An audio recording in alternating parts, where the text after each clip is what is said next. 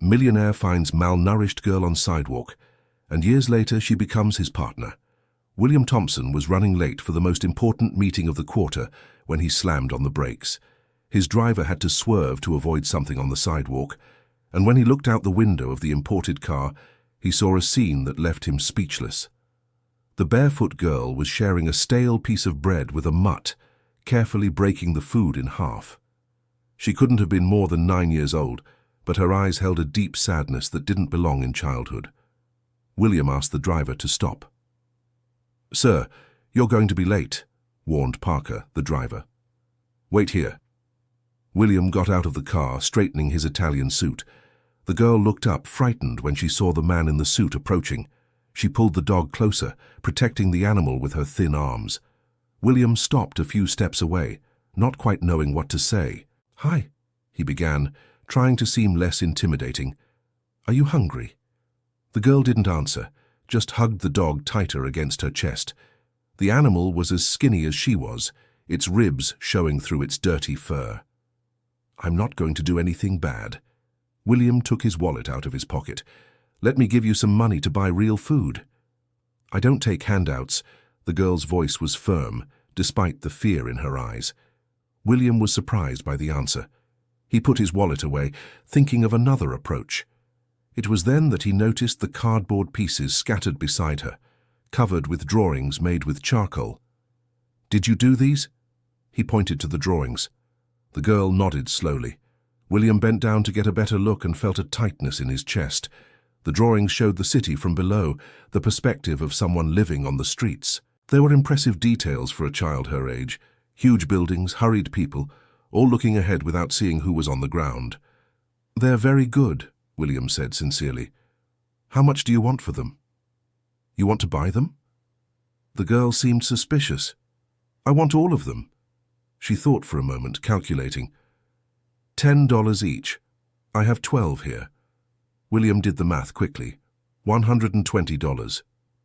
He took 200 out of his wallet. "I'll take them all and you keep the change." "No," the girl refused. "It's not change, it's a handout. 120 or nothing." William smiled for the first time that day. There was something special about that child, a dignity that many adults didn't have. He carefully took the drawings and handed over the exact amount of money. "What's your name?" he asked. "Emma." "Emma, do you live around here?" The girl hesitated, then pointed to a narrow alley between two commercial buildings. "Down there, with my grandmother." "Does your grandmother know you're out here on the street?" "She's sick. She can't work. Someone has to bring food." William looked at his watch. The meeting had already started without him.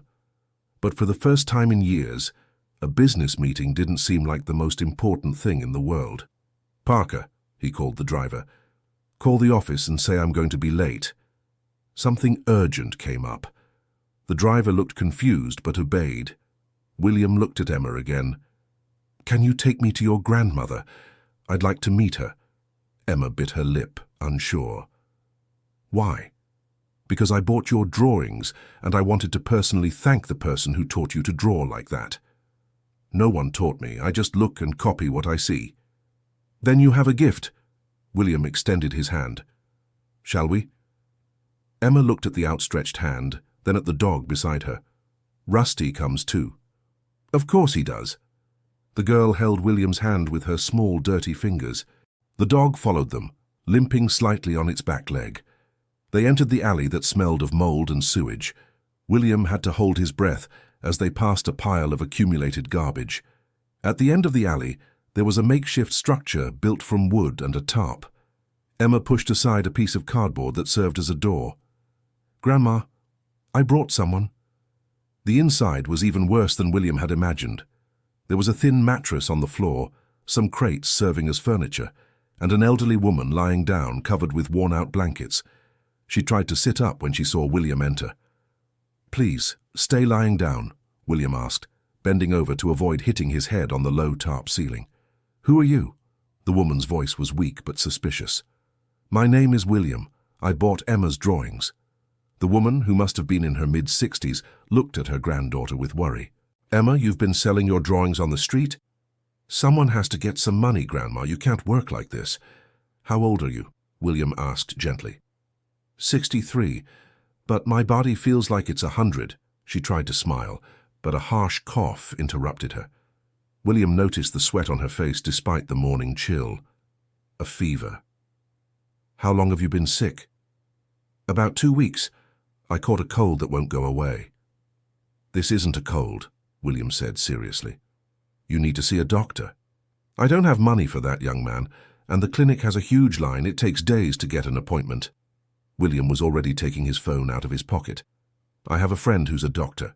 He can come here to examine you. No, the woman tried to protest. I don't want charity from anyone. It's not charity. Emma sold drawings to me. It was a fair deal. Now I want to make sure the artist who sold me the artwork is well taken care of. It's self-interest. William was already dialing. Dear listener, if you're enjoying the story, please take a moment to like and especially subscribe to the channel. It really helps us who are just starting out. Now continuing. The doctor arrived in less than an hour. Dr. Johnson had been William's friend since college and didn't ask questions. He just carefully examined the woman. After a few minutes, he called William outside the shack. It's a serious respiratory infection, Johnson said quietly. She needs strong antibiotics and proper rest, but William, look at these conditions. If she stays here, any treatment will be useless. What do you suggest? Hospitalization, at least for a few days. After that, she needs a decent place to recover. William looked back at the miserable shack. Emma was inside, holding her grandmother's hand, her big eyes full of fear. Take care of her, William decided. Admit her to Mercy General Hospital. I'll pay for everything. And the girl? I'll handle it.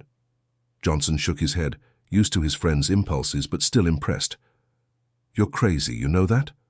I'm just doing the right thing. Emma's grandmother, whose name was Miss Betty, initially refused to be hospitalized. It took long minutes of talking with Emma begging her to accept before she finally agreed. William called his driver to take them to the hospital. And the girl? Parker asked. She can't stay alone. She'll stay with me, William decided. Sir, you don't know this child. It could be dangerous. Dangerous? She's 9 years old and weighs less than my briefcase.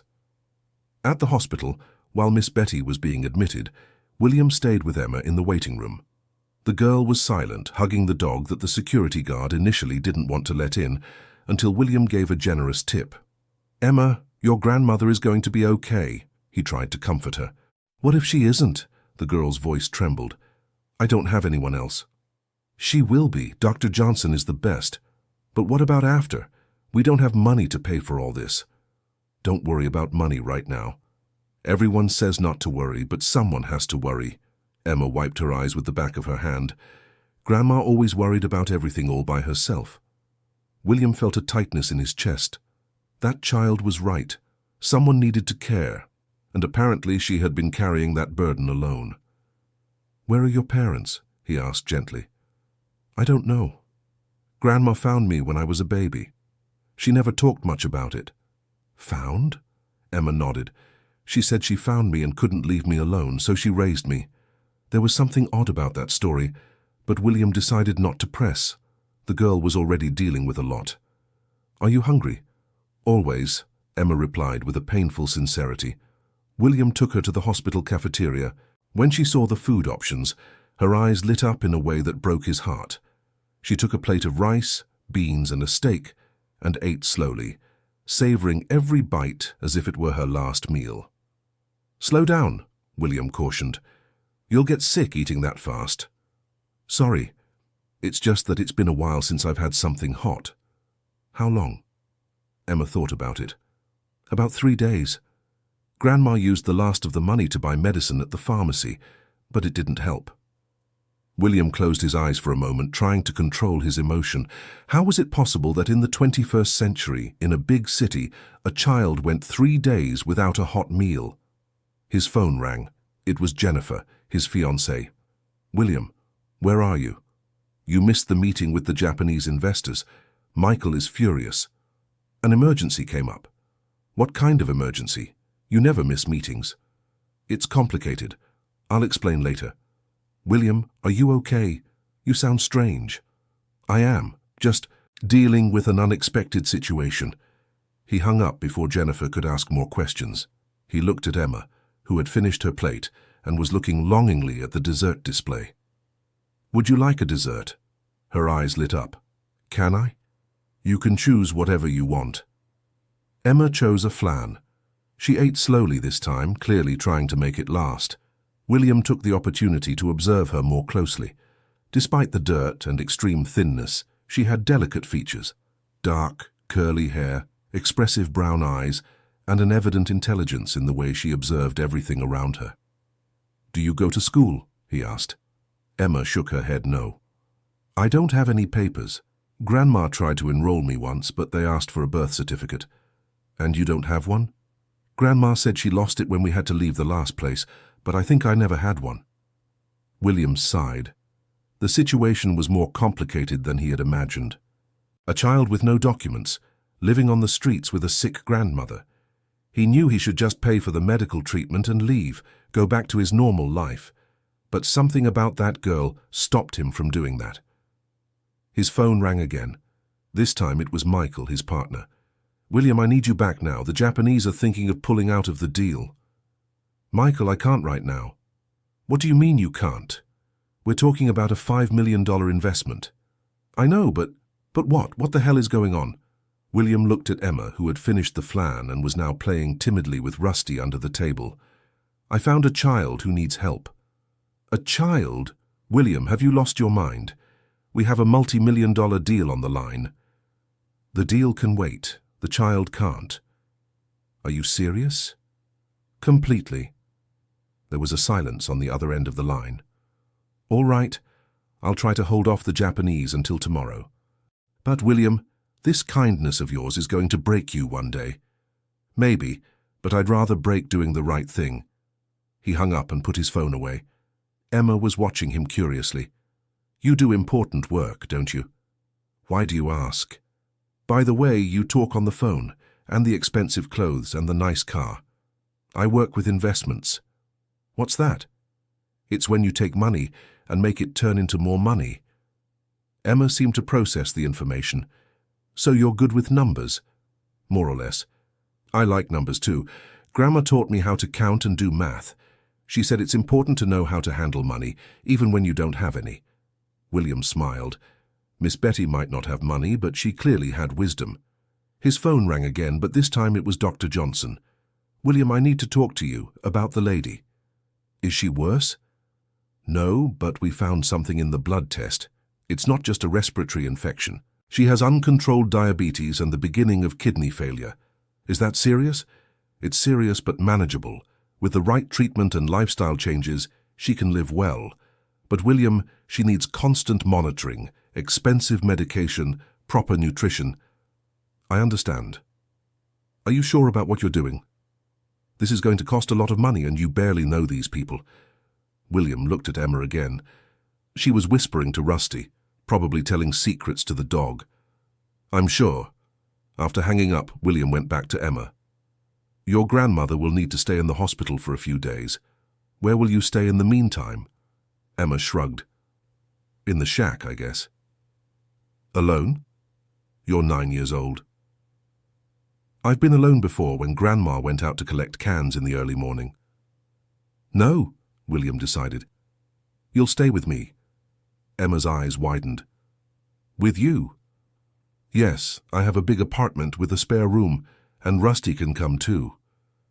But we barely know each other.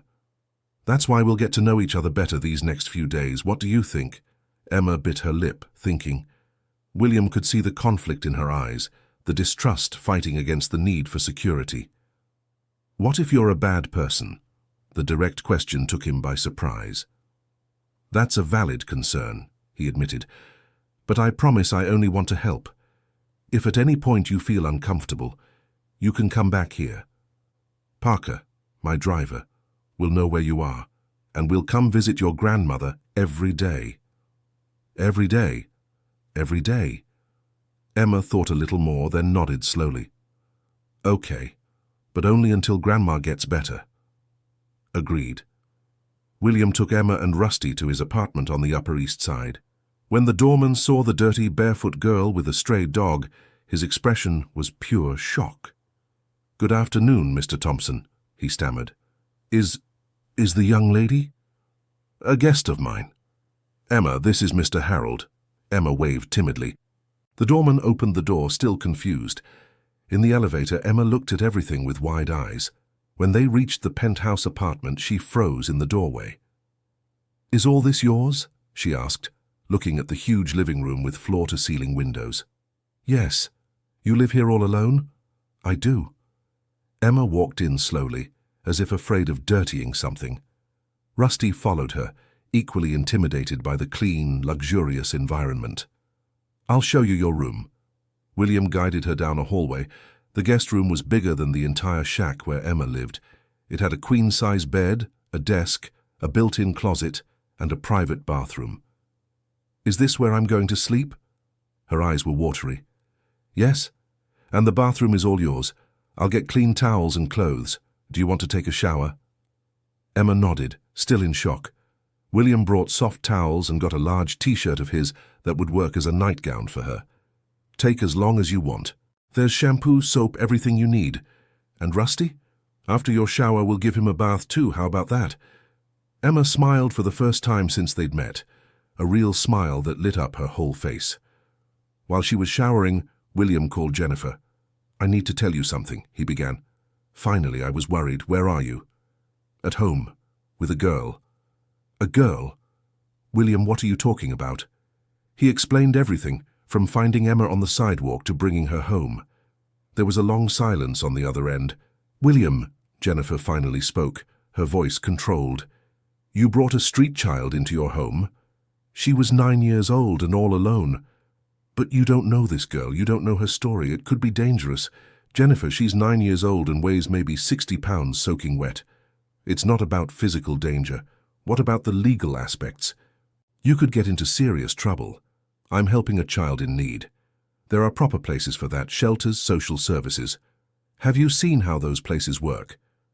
"William, I understand your impulse to help, but you need to think about the consequences. What about our marriage, our plans? You can't just bring people into our life like this." "Our life? Jennifer?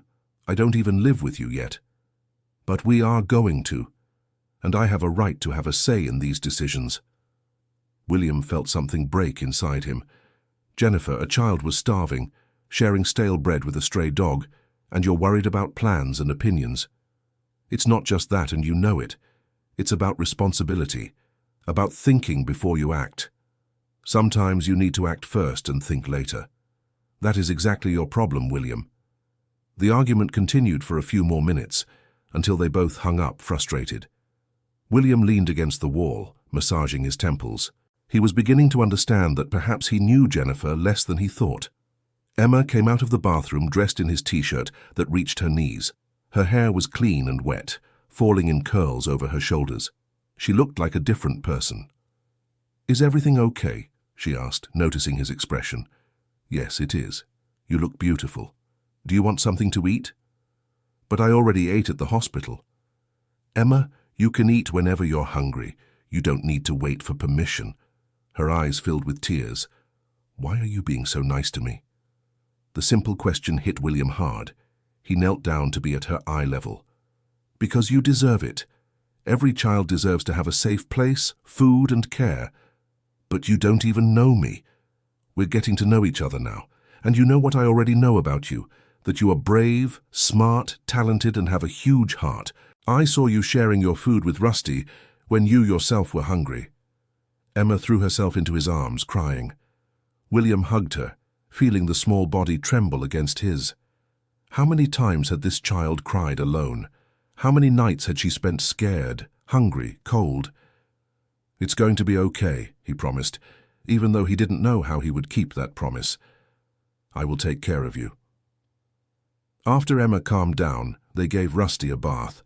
The dog fought it at first, but eventually surrendered to the warm water and shampoo. When he got out of the tub, he was unrecognizable. Under the dirt, he was a caramel-colored dog, as his name suggested, with expressive eyes and a crooked little paw. "He's handsome," Emma laughed, drying the animal. Yes, he is. Tomorrow we'll take him to the vet, have that paw looked at. Why are you doing all this? William stopped to think. The truth was, he didn't exactly know himself. Maybe it was guilt for having so much while others had nothing. Maybe it was an emptiness he had been feeling for years, even with all his professional success. Or maybe it was simply because it was the right thing to do. Because I can, he answered simply. That night, after Emma fell asleep in clean sheets for the first time in a long while, William stood on the balcony looking at the city. The lights twinkled like earthly stars, and he thought about how many stories like Emma's existed behind every dark window, on every dark corner. His phone rang. It was an unknown number. Hello? William Thompson, a woman's voice asked. Yes? This is social services from the hospital. Dr. Johnson gave us your contact information. We need to talk about the situation with the minor, Emma.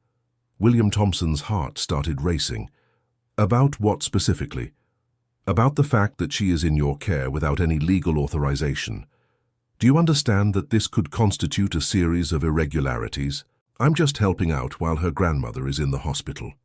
We understand your good intentions, Mr. Thompson, but we need to follow protocol.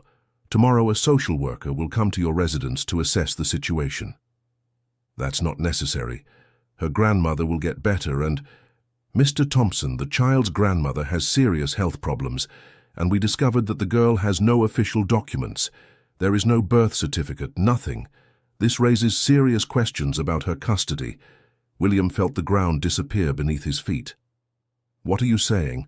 We are saying that it might be necessary to place the minor in a shelter while the situation is regularized. No, William reacted immediately. She has a grandmother. She has someone who takes care of her. A grandmother who is in no condition to take care of herself, let alone a child, and who apparently kept the minor without documents, without school, living on the streets. Miss Betty was doing the best she could under the circumstances. That may be, but our obligation is to ensure the child's well-being. The social worker will be there tomorrow at 10 o'clock. Please be present. The call ended. William stared at the phone, panic beginning to take hold. He had thought he was helping, but what if he had made everything worse? What if they separated Emma from Miss Betty? What if they put her in a shelter? He entered the guest room quietly. Emma was sleeping, hugging Rusty, both finally clean and safe. Her face was relaxed without the marks of worry she carried during the day. She looked like what she was, a 9-year-old child. William made a decision at that moment. No matter what happened, he would not let them separate Emma from Miss Betty, and he would not let them put her in a shelter, whatever the cost. The next morning, he woke Emma up early. We need to go to the hospital to see your grandmother, and then we have an important visitor. Emma rubbed her sleepy eyes. What visitor? A lady who wants to meet you, but don't worry, I'll be with you the whole time. At the hospital, Miss Betty was better. Colour had returned to her face, and she was able to sit up in bed. When she saw Emma clean and in new clothes that William had bought on the way, her eyes filled with tears. My girl. She opened her arms. Emma ran into the hug. Grandma, you're better. Thanks to God and to this young man. Miss Betty looked at William with gratitude. I don't know how to thank you. Miss Betty, I need to talk to you about something serious. William pulled up a chair. Social Services is going to visit today. They are worried about Emma's situation. Miss Betty's face paled. Are they going to take her? Not if I can prevent it. But they mentioned that Emma has no documents. Is that true? Miss Betty averted her eyes, her hands trembling slightly. It's true. Why? There was a long silence. Emma looked between her grandmother and William, sensing the tension in the air. Because I lied about how she came to be with me, Miss Betty finally admitted, her voice low. I didn't find her like I said. Then how? Miss Betty took a deep breath, tears streaming down her face. She was left on my doorstep when she was a baby. There was a note with her saying that her mother couldn't take care of her. It asked me to give her a home, to give her love. There was no mother's name, nothing, just the request. And you didn't contact the authorities? I wanted to. I swear I wanted to. But then I looked at that little baby in my arms, so small, so fragile. And I thought about the system, about the shelters, about the families she would go through until maybe, who knows, she found someone who would truly love her. And I already loved her. In that moment, looking at her, I already loved her. Emma was crying now, clinging to her grandmother. So I'm not your real granddaughter. You are my granddaughter in every way that matters, my dear. In love, in care, in every moment we've spent together. Blood doesn't make a family, love does. But without documents, William tried to understand the situation. How did you survive all these years? With difficulty. She couldn't go to school, she couldn't have anything official, but I taught her at home what I knew, and I thought that one day when I had money, I could somehow get the documents sorted out. But that day never came. William rubbed his face, processing everything. The situation was even more complicated than he had imagined. You know you'll have to tell this to social services? I know, and they're going to take my girl away. Not necessarily. You raised Emma with love, gave her the best you could. That has to count for something. Young man, you are rich. You've never dealt with the system. It doesn't work that way for people like me. They'll see that I took a child away from the chance of having a better life, of being adopted by a family with means.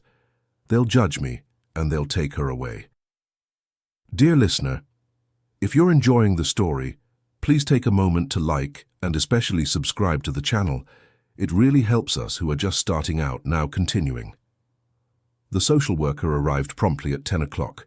Her name was Nancy, a woman of about 40, with a tired but not cruel look.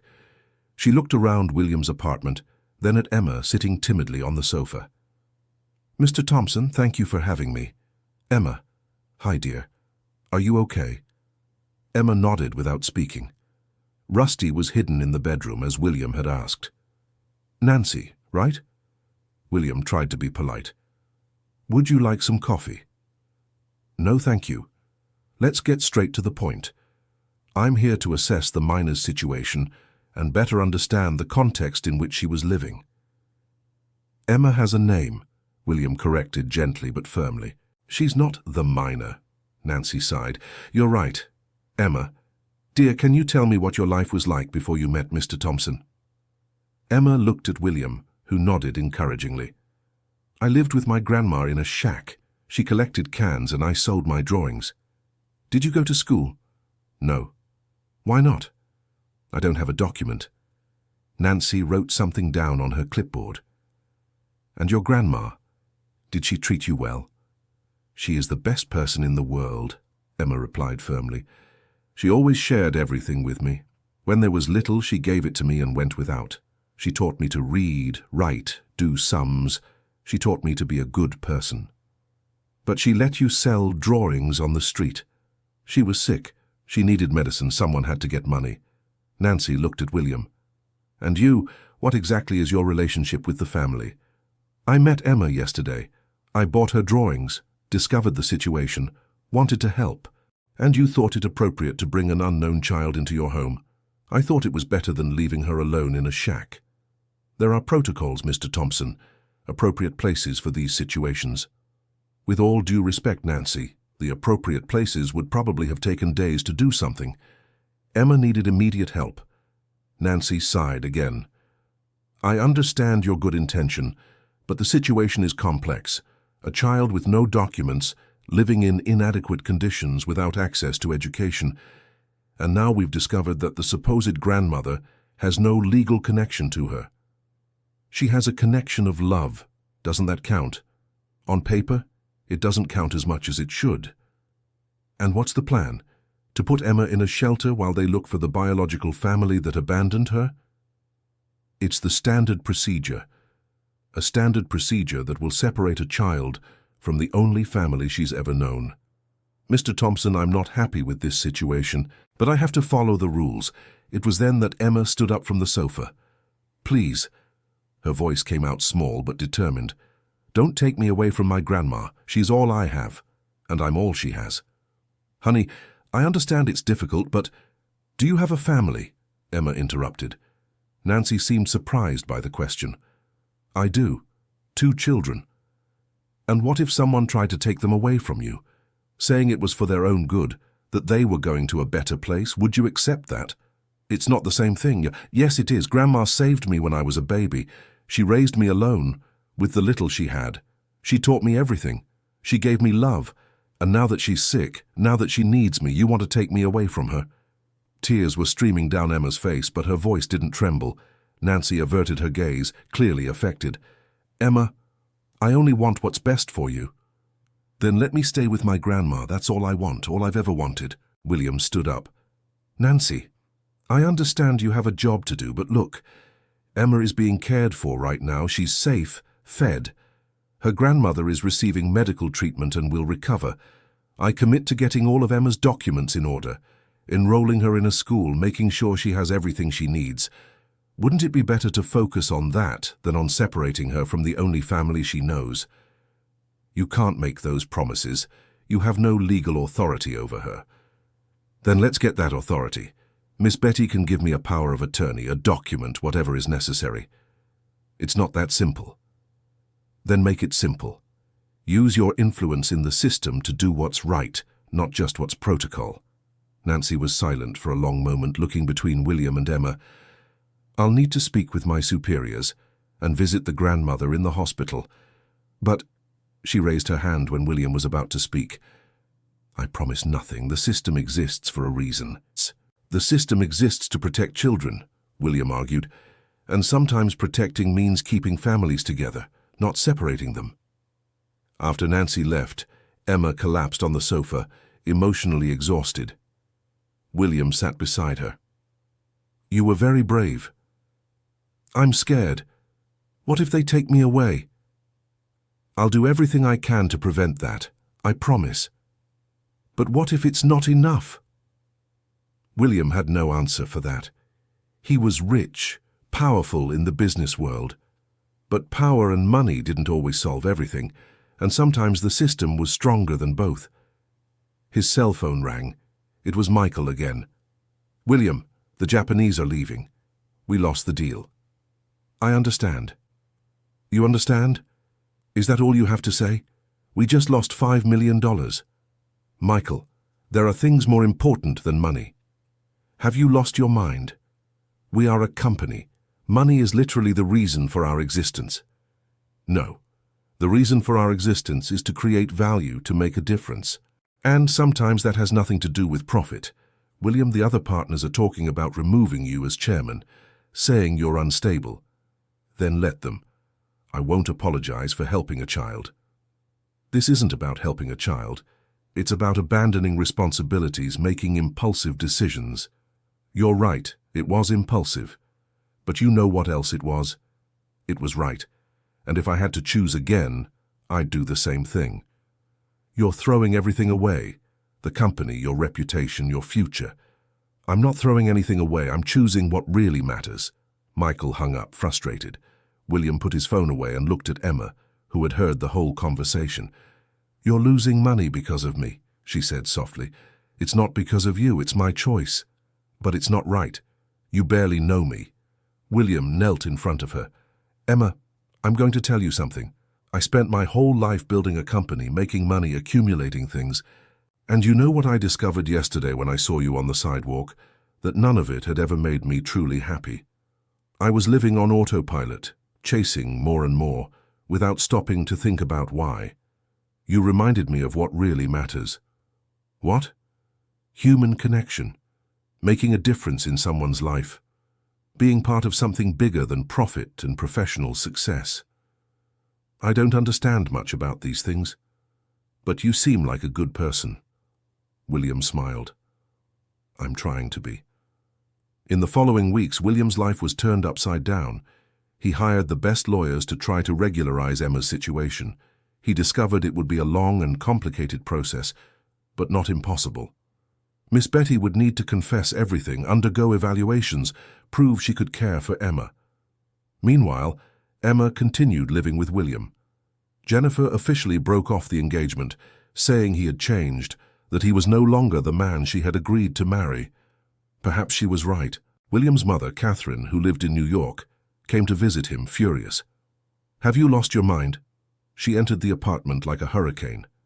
You lost $1 million deal, your fiancé, and you're playing house with some trailer trash child? Mom, it's not like that. Then explain it to me. Explain to me why you're throwing everything away. It was then that Emma appeared in the hallway, shy.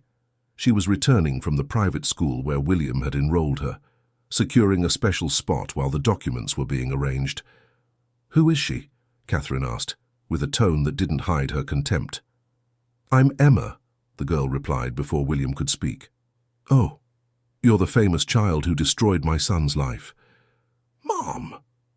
William stepped between them. Emma didn't back down. She looked directly at Catherine. I didn't destroy anything. And he isn't destroyed. He's the kindest person I've ever met. Kindness doesn't pay the bills, it doesn't build companies, no. But it builds people. And people are more important than companies. Catherine was speechless for a moment. Then she turned her anger back to William. Are you raising this child to be insolent? I'm raising her to have her own opinion, something I learned too late. I can't believe what I'm hearing. I worked my whole life to give you everything. I prepared you to be someone important, and you're throwing it all away for what? For an impulse? Out of guilt? It's not guilt, Mom. It's responsibility. It's doing what's right. And abandoning your company is right? Losing your fiancé is right? Becoming a laughingstock in society is right? If the price for all that is ignoring a child who needs help, then yes, it is right. Catherine looked at her son as if she didn't recognize him. You've changed, and not for the better. I disagree. I think I've changed exactly for the better. It's just not the kind of improvement you value. If you continue down this path, I will cut you out of my will. All the family inheritance, everything we've built for generations, you will lose. William felt the weight of the threat, but something inside him was different. For the first time, money and inheritance didn't seem so important. Then cut me out, I won't change my mind. Catherine left, slamming the door. Emma looked at William with guilt. I ruined your family. No, you just exposed the flaws that were already there. Miss Betty was discharged from the hospital 2 weeks later. She was still weak, but with the right medications and medical follow-up, she was recovering. William rented a small but decent apartment for her and Emma in a safe neighborhood. I can't accept this, Miss Betty protested when she saw the apartment. It's too much. It's not charity, it's an investment. When Emma grows up and becomes a famous artist, you'll pay me back with interest. Sir, I don't know how to thank you. Then don't thank me. Just take good care of her and of yourself. How will I pay this rent and the electricity, the water, the food? It's all taken care of, paid up front for a year. By then you'll be recovered and we'll see what to do. Miss Betty began to cry. Why are you doing all this? You don't even really know us. William looked at Emma, who was exploring the new apartment with Rusty. Because she reminded me of what I had forgotten, that life is more than making money and accumulating things. It's about connections, about making a difference, about leaving the world a little bit better than we found it. You're an angel. I'm not. I'm just a man who got lucky in life and is trying to share that luck. The legal situation was still complicated. The lawyers were working to get Emma's documents in order, but it was a slow process. Social services kept constant watch. Nancy visited regularly, but William noticed she was on their side, writing positive reports. Meanwhile, Emma was adjusting to school. Initially, it was hard. The other students, all from wealthy families, treated her with curiosity and sometimes cruelty. They asked invasive questions, laughed at her clothes, even though they were new. One day, William was called to the school. Emma had gotten into a fight. What happened? He asked when the principal left them alone in the room. A girl was making fun of a new boy, said he smelled bad, that his clothes were old, called him trailer trash. And you? I told her to stop, that she didn't know anything. Then she laughed and asked what I was going to do about it. Said I was just like him, a poor girl who didn't belong there. And then?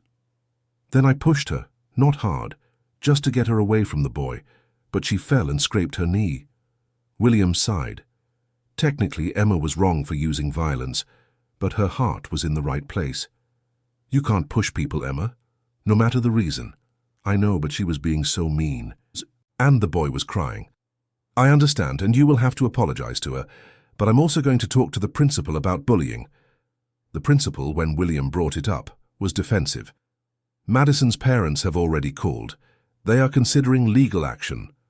Suing a 9-year-old? Madison got hurt. Madison is a bully who was humiliating another student. Where was the supervision? Where is the school's anti-bullying policy? Mr. Thompson, we can't monitor every single interaction between students. But you can punish a child who stood up for another. How about teaching empathy instead of just rules? The conversation ended without a satisfactory resolution. William left with Emma, who was quiet. Are you mad at me? She asked in the car. I'm not mad. I'm proud that you stood up for someone.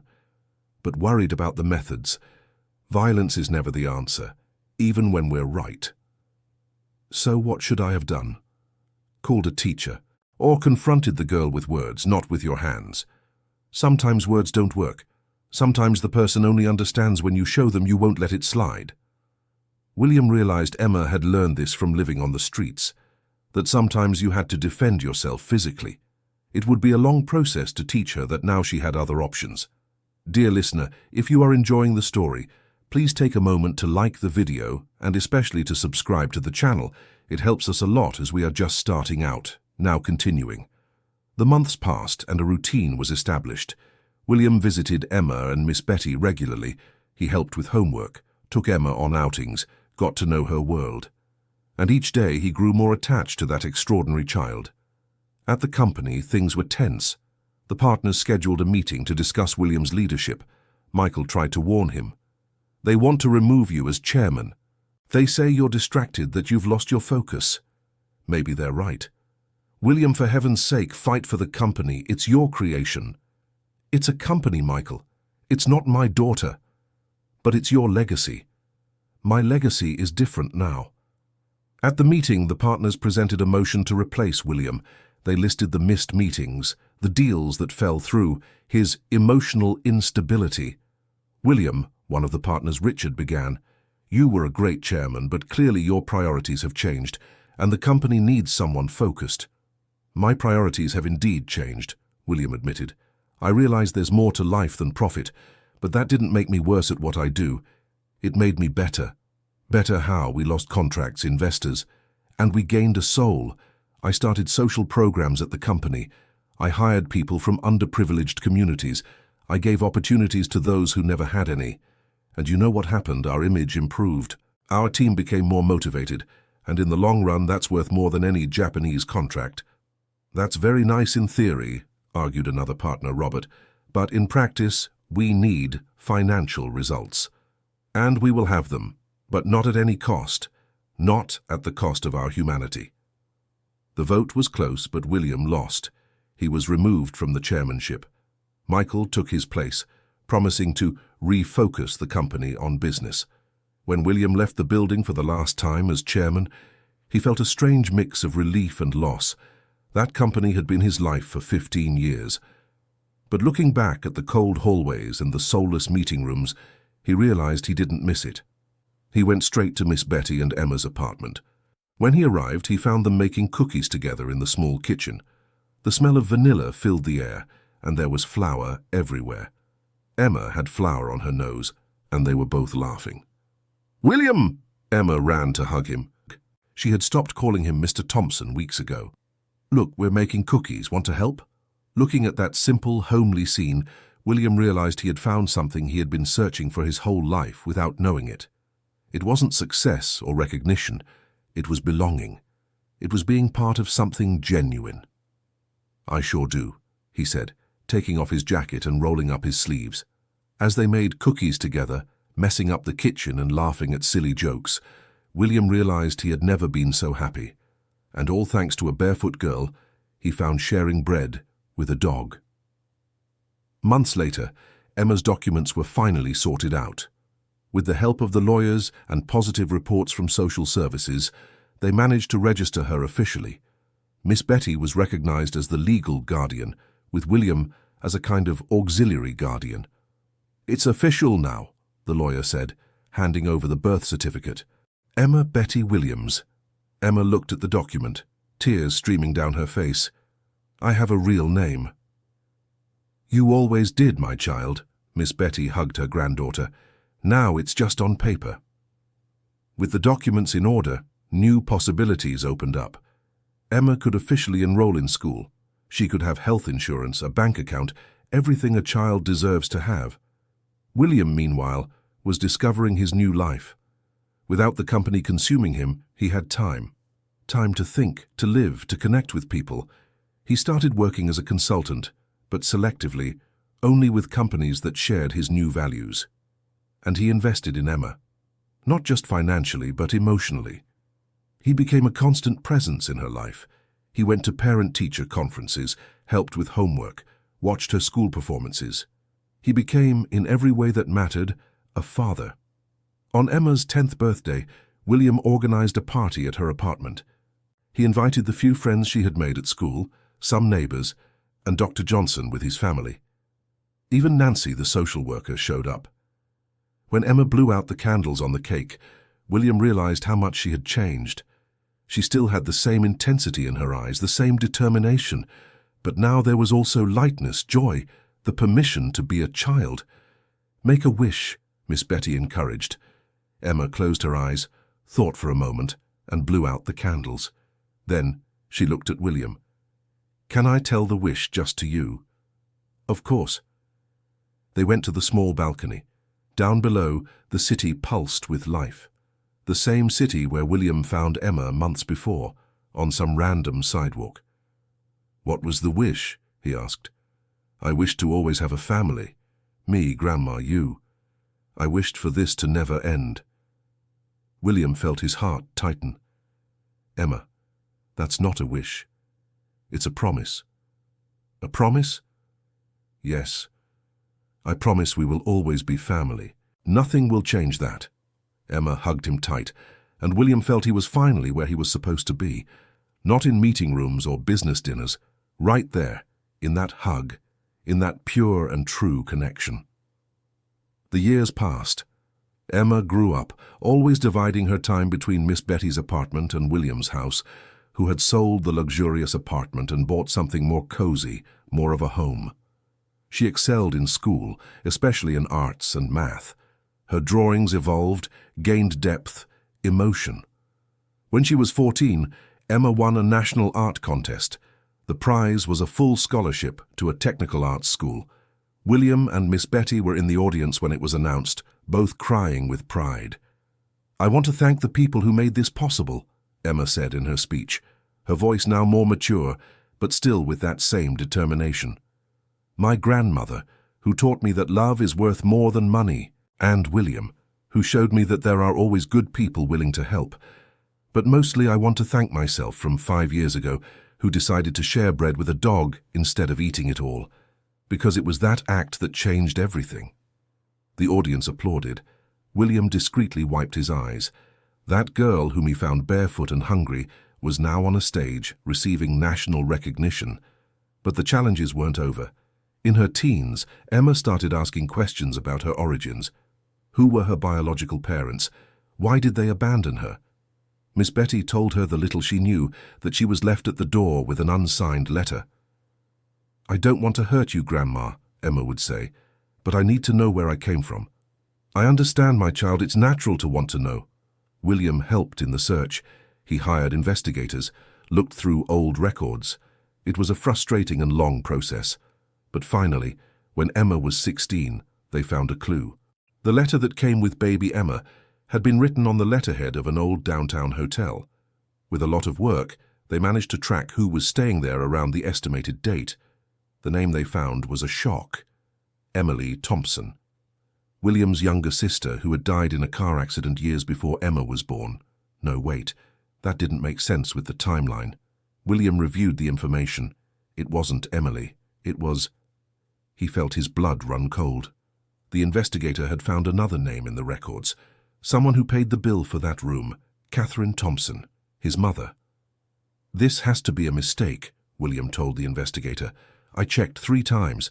Your mother paid for a young woman's stay at that hotel for 2 weeks. That was about 9 months before Emma appeared at Miss Betty's door. William didn't want to believe it, but the pieces started to fit together.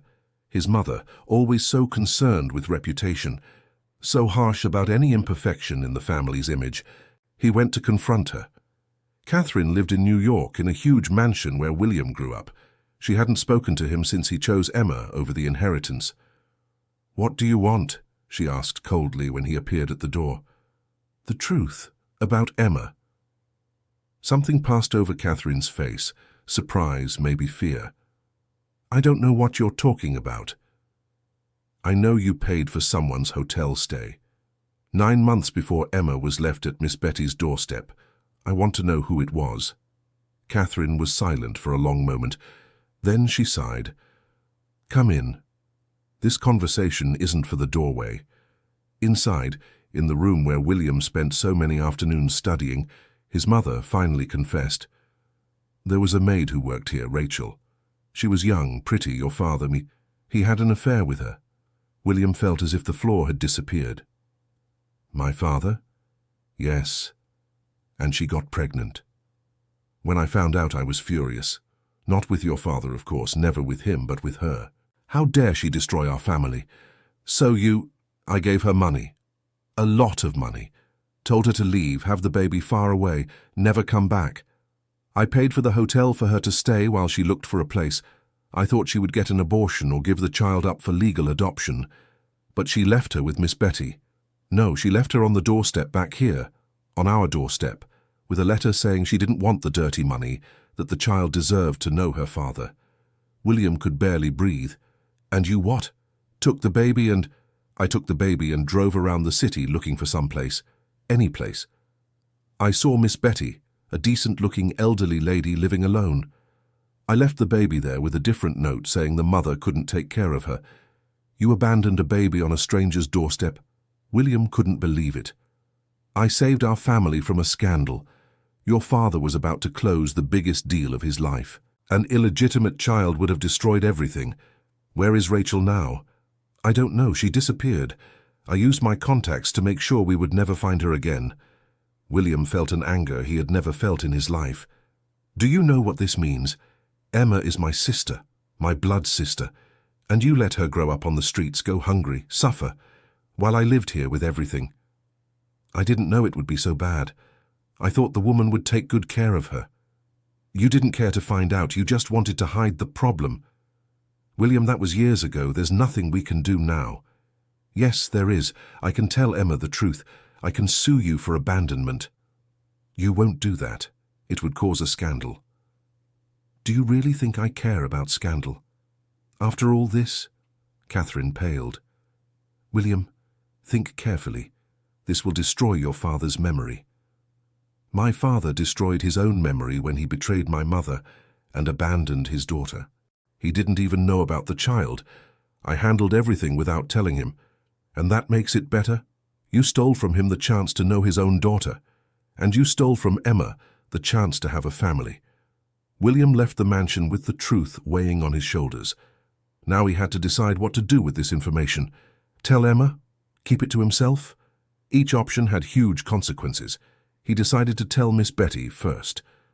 The elderly woman listened to everything in silence, tears streaming down her face.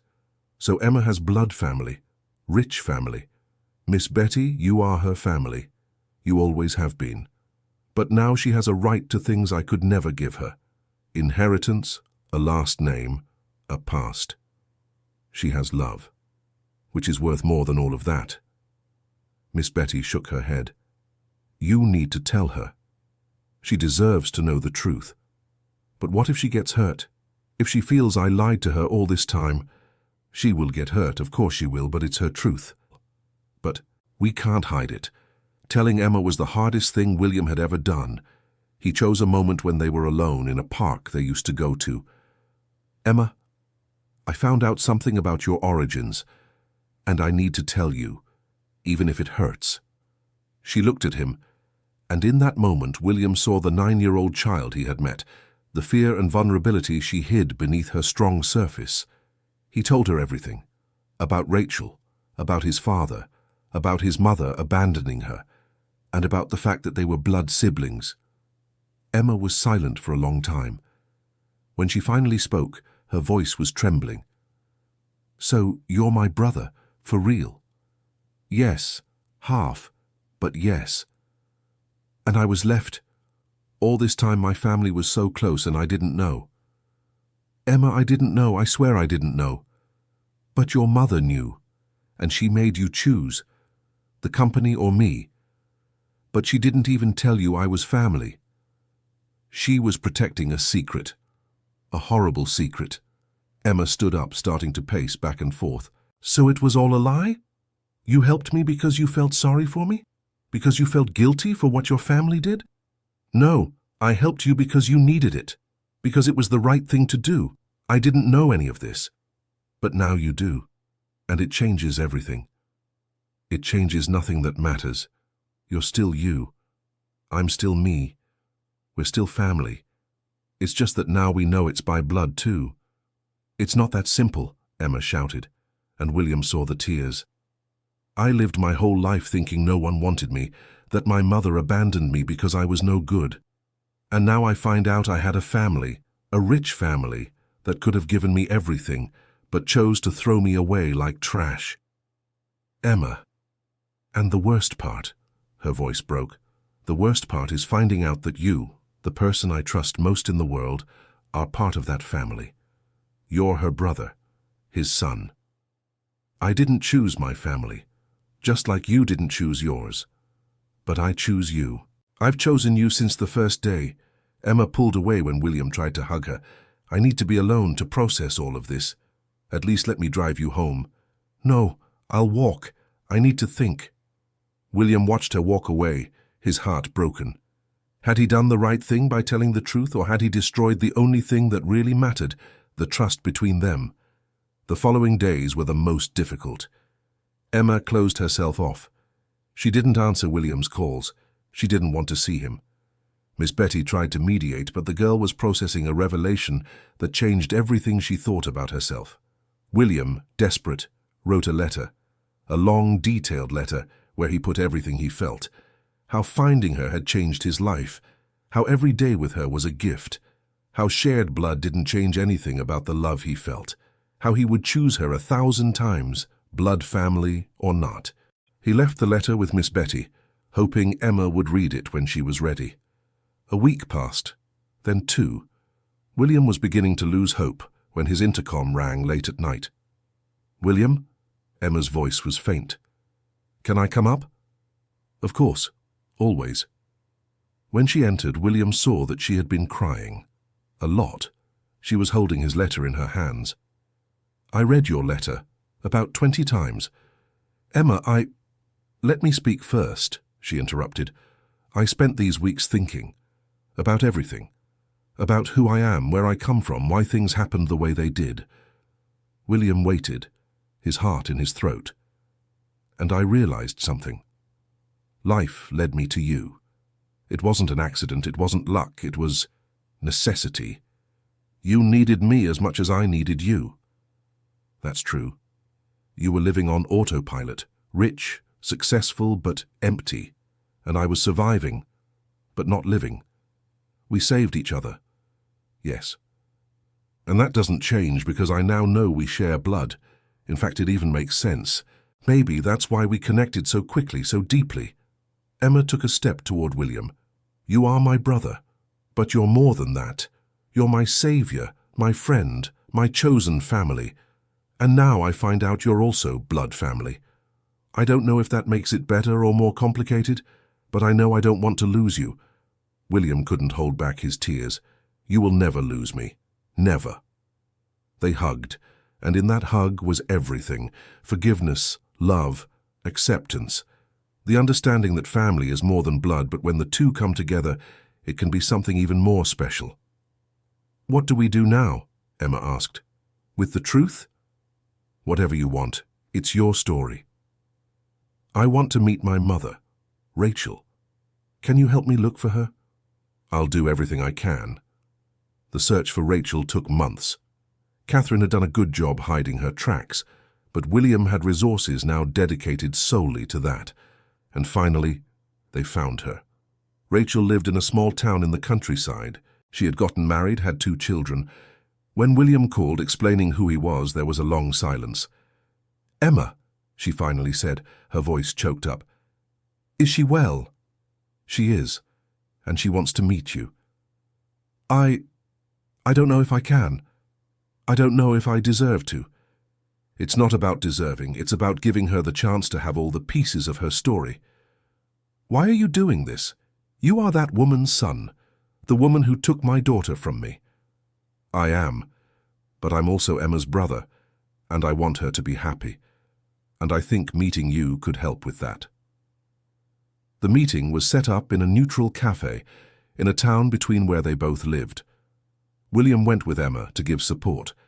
When Rachel entered, Emma recognized her immediately. There were undeniable similarities: the eyes, the shape of the face, the way they moved their hands nervously. "Emma," Rachel stopped a few steps away. "You look beautiful." "Hi," Emma replied, her voice small. They sat down, the initial silence uncomfortable. William stayed at a nearby table, giving them space but available if they needed him. "I don't know where to begin," Rachel admitted. "You can start by explaining why you left me." Rachel took a deep breath. "I was 18. I worked in the Thompson family's house. Your father, he was kind to me. Or I thought he was. When I found out I was pregnant, I was terrified. I told him, thinking that, I don't know what I thought, that he would help, maybe. And he denied it. Said I was lying, trying to pull a scam. He called his mother, Catherine. She gave me money and threw me out. Said if I told anyone, she would destroy my life and my family's. But you came back, you left me on their doorstep. Yes, because the more I thought about it, the more wrong it seemed. You were his daughter, too. You deserved to know your father, to have opportunities. So after you were born, I went there, but it was Catherine who answered. And she took you from my arms and slammed the door in my face." Tears streamed down Rachel's face. "I stayed at that door for hours, knocking, screaming, until security came and threatened to call the police. I left in despair. And I spent years hating myself for not fighting more, for letting them take you. You didn't know she was going to abandon me somewhere else." "No, I thought they would raise you, that you would have everything." It was only years later, when I saw in the papers about her son helping a street kid, that I started to suspect. And when I saw your picture, I knew right away it was you." Emma wiped her own eyes. "Why didn't you come looking for me then?" "Because you were well. You were finally well. You had William, you had Miss Betty. Who was I to show up and mess up your life again? You were my mother." I am. But sometimes loving someone is letting them go. It's not being selfish." Emma looked at that woman, her biological mother, and saw pain, remorse, love. She saw someone who made difficult choices, some wrong, but always thinking of her well-being. "I don't forgive you," Emma said, and Rachel nodded, expecting it. "Not yet. But I want to get to know you, I want to understand, and maybe one day. I don't expect forgiveness. I just want the chance to be part of your life, in whatever way you allow." It was a beginning. Painful, complicated, but a beginning. In the following months, Emma met her half-siblings, Rachel's new family.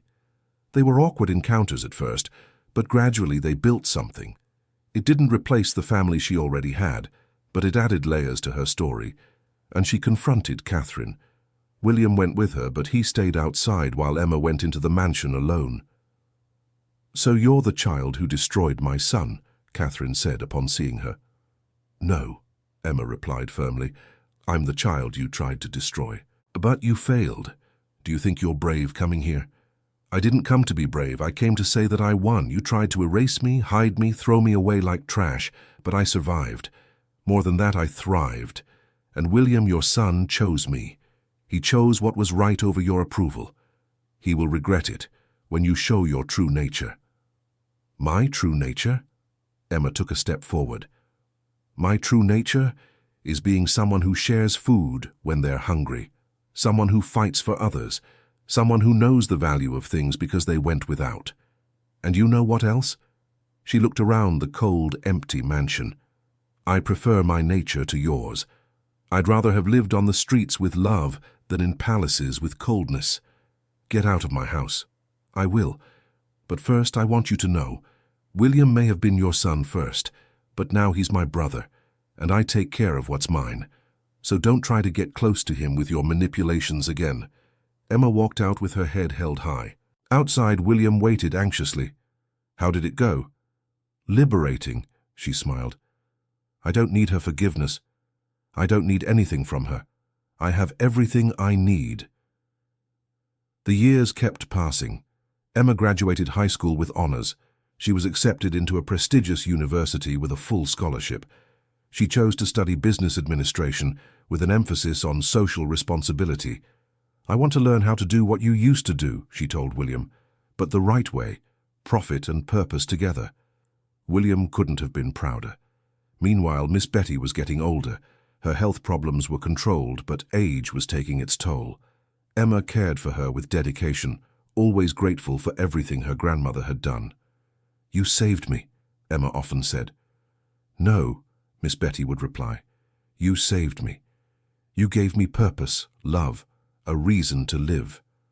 In college, Emma stood out, not just for her excellent grades, but for her unique perspective. She saw business from an angle that other privileged students never could. She understood the other side, the social impacts, the human consequences, and she started to work, first internships, then bigger projects, always focusing on companies that made a difference, that didn't just profit, but also had a positive impact.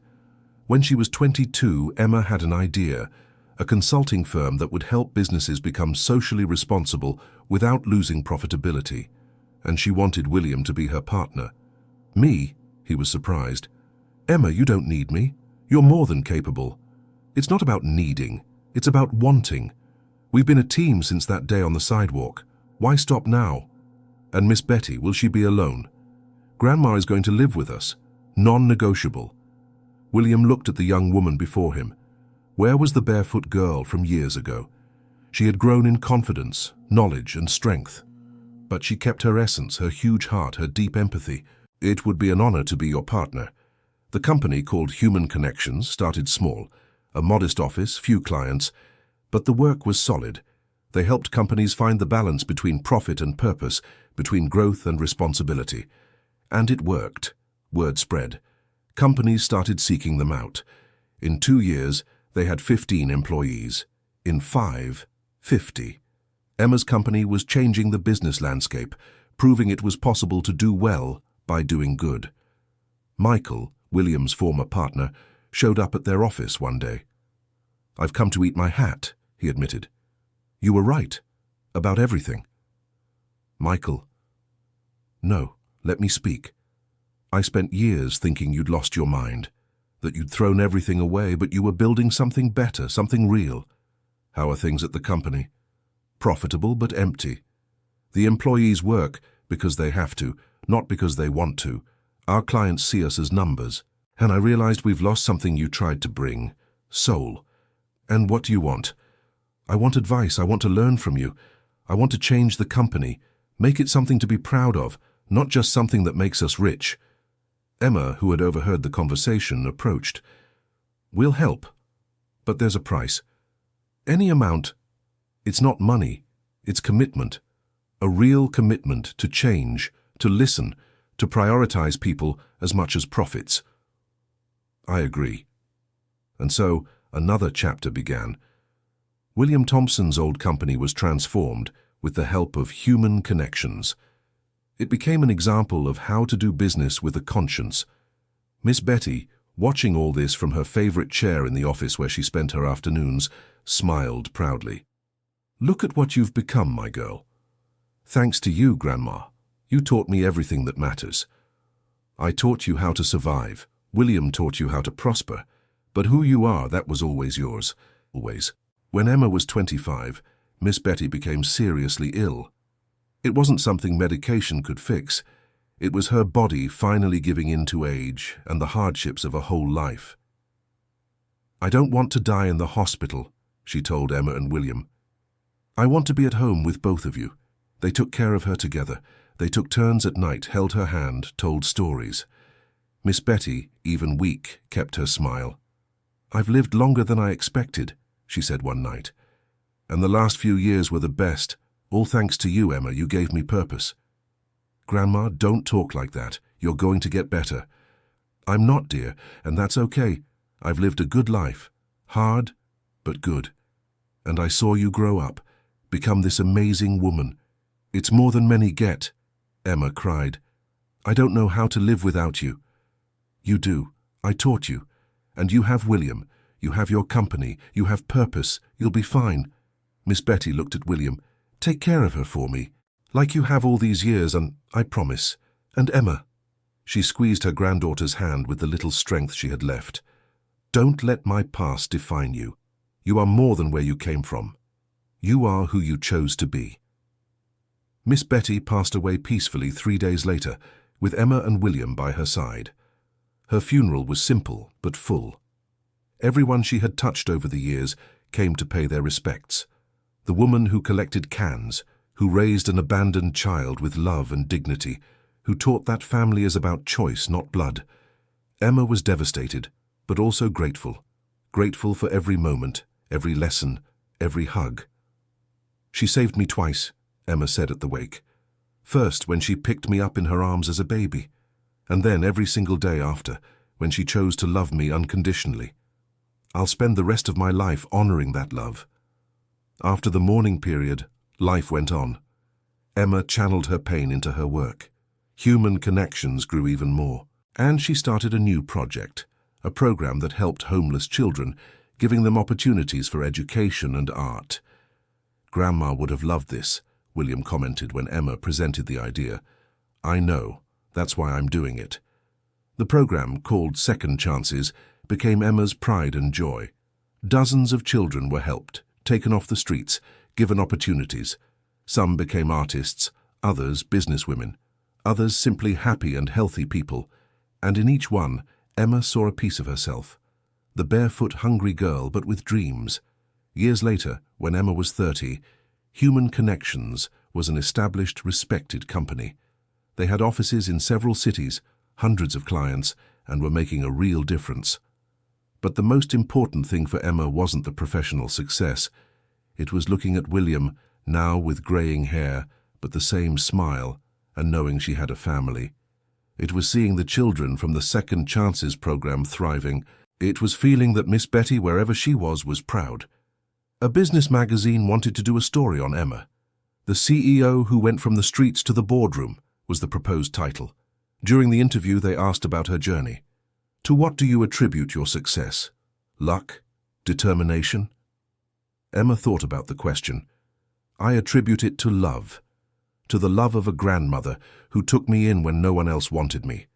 To the love of a brother who found me and chose to stay. And to the love I learned to have for myself, recognizing my worth regardless of where I came from." "And what about your future plans?" "To continue making a difference. Every child we help, every company we transform, every life we touch is a victory against what could have been. I was left to die on the streets, but I chose to live. And now I choose to help others make the same choice." A beautiful message. And your family? Your brother William, how does he feel about all this? Emma looked at William, who was in the back of the office watching the interview with pride. "William isn't just my brother. He's my best friend, my mentor, my business partner, and living proof that sometimes angels appear in expensive Italian suits and imported cars, stopping on sidewalks to buy drawings from a hungry girl." After the interview, William hugged Emma. "Do you remember that day, when we met?" "How could I forget? I was sharing bread with Rusty. I passed by you 1,000 times before, you know. On that sidewalk, on others, always in a hurry, always focused on the next deal. But that day, something made me stop. It was as if the universe was shouting, 'Look, pay attention.' I remember you too. I thought you were just another rich guy who would feel sorry for me and move on. But I didn't. No, you stayed, and you changed everything." William looked around the busy office, full of people working to make the world a little better. "No, you changed everything. I was just lucky to be there when it happened." Emma smiled. How about we agree that we changed each other? I agree. The article, when it came out, was a success. Emma's story inspired thousands. Donations to Second Chances increased. More companies wanted to work with human connections. But the most special thing was a letter that Emma received.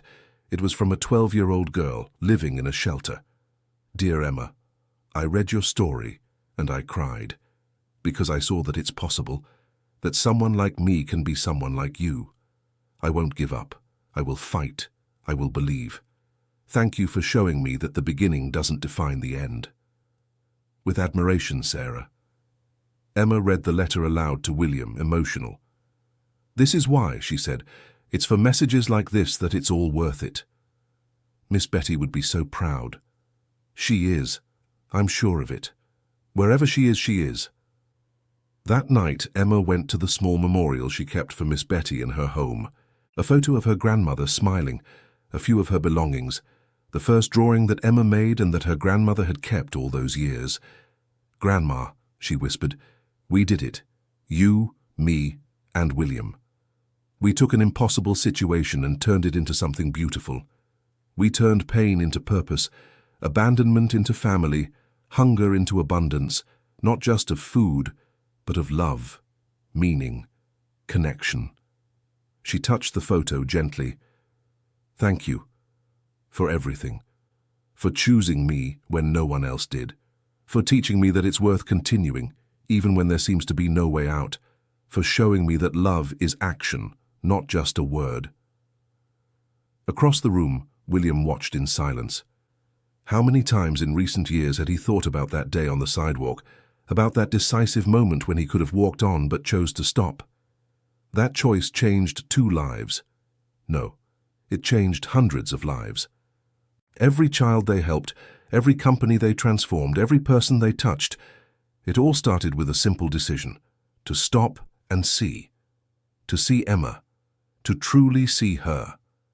Not as a statistic, not as a social problem, but as a human being who deserved love, a chance, dignity. William? Emma pulled him from his thoughts. What are you thinking about? About how grateful I am. For that day. For you. For everything. Emma went to him, hugged him tight. We're partners in everything, right? In work, in life, in memories, forever. And there, in that hug, was the proof that family isn't about blood. It's about choice.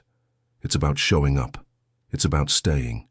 It's about loving when it's hard, believing when it seems impossible, and holding each other's hand through the storms. Emma started out barefoot on a sidewalk, sharing bread with a dog. And now she was in an office that bore her name, changing the world one business at a time. But the most important thing, she was loved and loving. She had a family she chose and was chosen by. She had a purpose that filled her days. She had the memory of a grandmother who saved her. And she had a brother who never, not for a second, regretted stopping that day. Because in the end, it's not the million-dollar businesses that define a life. It's not the headlines or the financial success.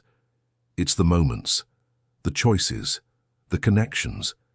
It's a man in an Italian suit stopping to buy drawings from a hungry child. It's that child growing up to change the world. It's a grandmother who chose to love when it would have been easier to turn her back.